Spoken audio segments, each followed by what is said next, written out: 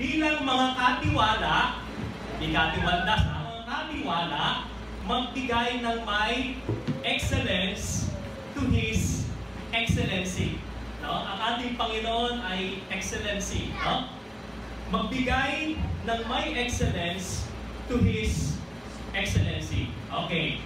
Tingnan natin ang ilang mga bagay.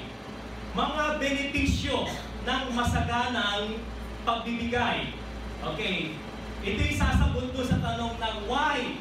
Bakit kailangang magbigay? Ano yung mga benefits ng excellent giving?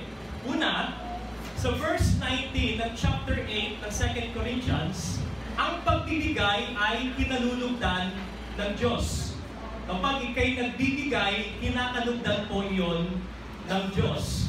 In fact, in Hebrews chapter 13 verse 16, it says, at huwag nating kaligtaan ang paggawa ng mabuti at ang pagtulong sa kapwa, sapagkat iyan ang alay na kinalulugdan ng Diyos.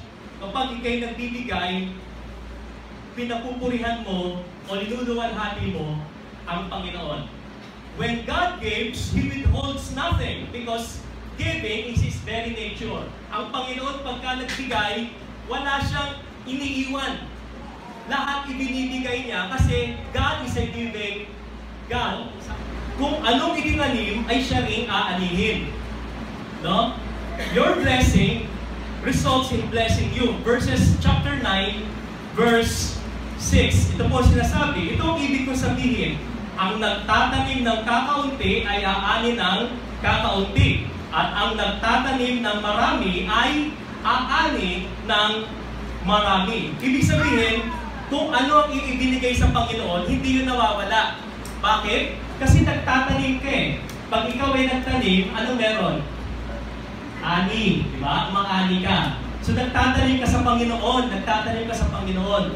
At ang Panginoon naman faithful na ikaw ay aani sa susunod na pagkakataon. Tatanggap ka ng mga material na blessings. Sabi ng Kawikaan 11:25, ang taong matulungin, sasagana ang pamumuhay. At ang marunong tumulong ay tiyak na tutulungan. Sabi ng Biblia yun, hindi ako may sabi doon. Kawikaan 11:25. No? Not necessarily abundant material blessing at all times. Pero ang pangako ng Panginoon, imimit niya, tatagpuin niya ang iyong mga pangailangan. Hindi ang iyong nais o hindi ang iyong pangangailangan. Ibig sabihin, kapag ka tumanggap ka na mas marami, ang purpose nun ay upang makapagbigay ka ng mas marami. Meron akong nabasang talambuhay ni John Wesley. Si John Wesley ay isang English, no? English siya. Si John Wesley. Okay, tingnan niyo po ito mga kapatid. Ito po yung naging kanyang buhay. Ang kanilang pera, ang pangalan ay pounds. Hindi po ito timbang, ano? Hindi po ito yung weight ni John Wesley. Ito po yung pera sa atin ay piso, sa kanila ay pounds. Sabi niya, nung ang earnings niya ay 30 pounds, ang kanyang expense o yung kanyang ginagastos ay 28, magkano yung natira? Dalawa, 2. Ang giving niya ay 2. Pero dahil tapat siya sa Panginoon, dinog din ng Panginoon yung kanyang earnings. Yung 30 naging 60 na. Pero ano sa tingin niyo ang kanyang gastos? Ang gastos niya, 28 pa rin. No? At magkano nang nabibigay niya? 32. Diba? Lumaki na. Tapos, dahil matapat siya, bless siya ng Panginoon. Naging 120 na ang pumapasok ang kita niya. So yung 30, nag-400, nag-4 na beses na. Pero alam niyo kung magkano ang kanyang expense? 28 pa rin. At magkano ang kanyang ibinibigay? 92. Dahil sa kanyang katapatan, bless na naman siya ng Lord. At alam niyo kung magkano na ang kanyang earnings this time? 1,400. Alam niyo kung magkano ang kanyang expense? 30. At magkano ang kanyang binibigay? 1,370. Kaya nga, naging popular yung kasabihan, sabi ito ni John Wesley, kapag ka binibless ka ng Panginoon, ang dapat daw na tumataas, hindi yung inyong standard of living, kung hindi yung standard of giving. Nakuha po natin?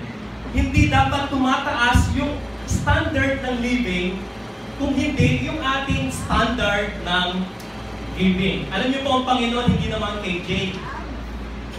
Naniniwala ba kayo nun? Hindi KJ ang Panginoon.